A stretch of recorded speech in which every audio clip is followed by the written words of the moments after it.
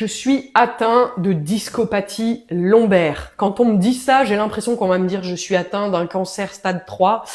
En fait, non, discopathie lombaire. Ok, c'est à peu près ce que tout le monde a. Discopathie, ça veut un peu tout et rien dire. Ça veut dire qu'il y a un problème au niveau du disque.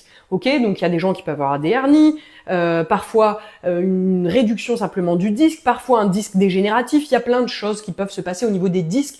Dans tous les cas, plus on avance dans l'âge et plus on a tous des petits problèmes au niveau des disques. Est-ce que c'est grave ? Non. Par contre, si tu commences à avoir des douleurs au niveau lombaire, qu'on te fait des examens, qu'on te dit que tu as des discopathies, c'est pas grave en soi d'avoir des discopathies. C'est juste que ce qui me dérange, c'est que tu aies des douleurs. Parce que ça, c'est pas normal.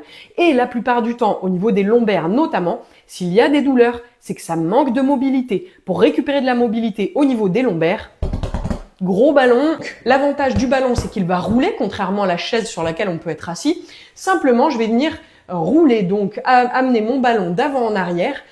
Et si vous regardez, ce qu'il y a au-dessus de mes mains, ça ne bouge pas. Je vais venir travailler seulement donc la partie lombaire de mon dos, vu que c'est là qu'on m'a dit que j'avais des discopathies lombaires, ok ?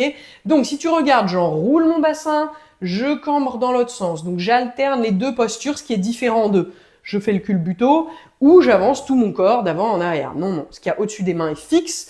Je cambre en arrière, j'enroule en avant. Je cambre en arrière, j'enroule en avant. N'hésite pas à te mettre face à un miroir pour bien regarder ce que tu fais, une vingtaine de répétitions.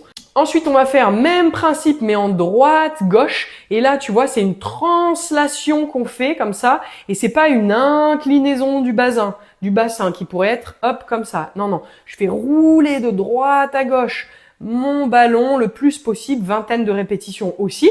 Et une fois que j'ai fait ça, donc on a fait avant, arrière, droite, gauche, on va faire des grands cercles qui passent par ces 4 points. Donc demi-cercle arrière, je suis cambré, demi-cercle avant enroulé. Et si tu regardes, mon ballon va dessiner un cercle au sol, ok ? 5 cercles dans un sens, 5 dans l'autre. Et là, vraiment, tu as déjà de quoi retrouver de la mobilité. Ensuite, ce qui peut être intéressant, c'est de travailler la stabilité. Tu peux travailler l'équilibre sur ton ballon, comme ça, à un pied. Tu peux faire la même chose aussi en rajoutant des petites rotations de tête si tu sens que le premier niveau, t'es à l'aise. Troisième niveau, c'est même chose avec les yeux fermés et te stabiliser. N'hésite pas à être à côté d'un endroit où tu peux te tenir au cas où.